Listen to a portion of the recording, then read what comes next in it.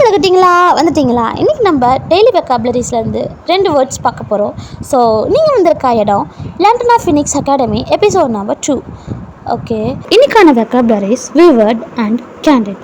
Okay, vivid அப்படின்னா incredible, clear, bright, detailed, strong, powerful, இதெல்லாம் தான் வந்துட்டு விவர்ட் அப்படி சொல்கிறாங்க.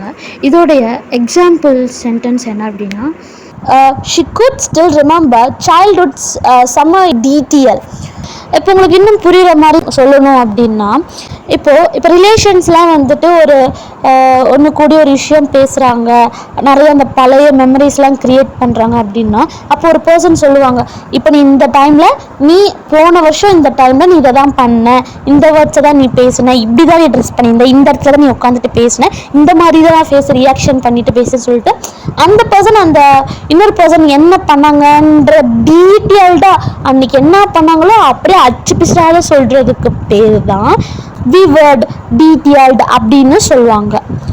ஓகே, ஸோ இந்த வேர்ட்ஸுக்கான மீனிங் எல்லாம் உங்களுக்கு புரிஞ்சிருக்கும்னு நினைக்கிறேன். So next word is candid. Candid அப்படின்னா honest, straightforward, difficult and frank. So இதெல்லாம் தான் இந்த வேர்டுக்கான meanings.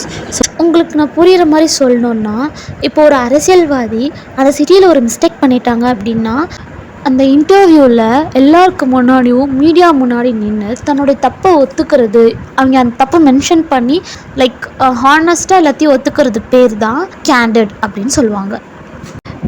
Now the example sentence, the politician gave a honest interview about his mistakes. So உங்களுக்கு இந்த 2 வேர்டும் நான் புரிஞ்சிருக்கும்னு நினைக்கிறேன், மீனிங் வித் சென்டென்ஸ். உங்களுக்கு நாங்கள் சொல்லித்தர இந்த டீச்சிங் பிடிச்சிருந்துச்சு அப்படின்னா லைக், ஷேர், சப்ஸ்கிரைப் பண்ணுங்கள். தேங்க்யூ ஃபார் வாட்சிங்.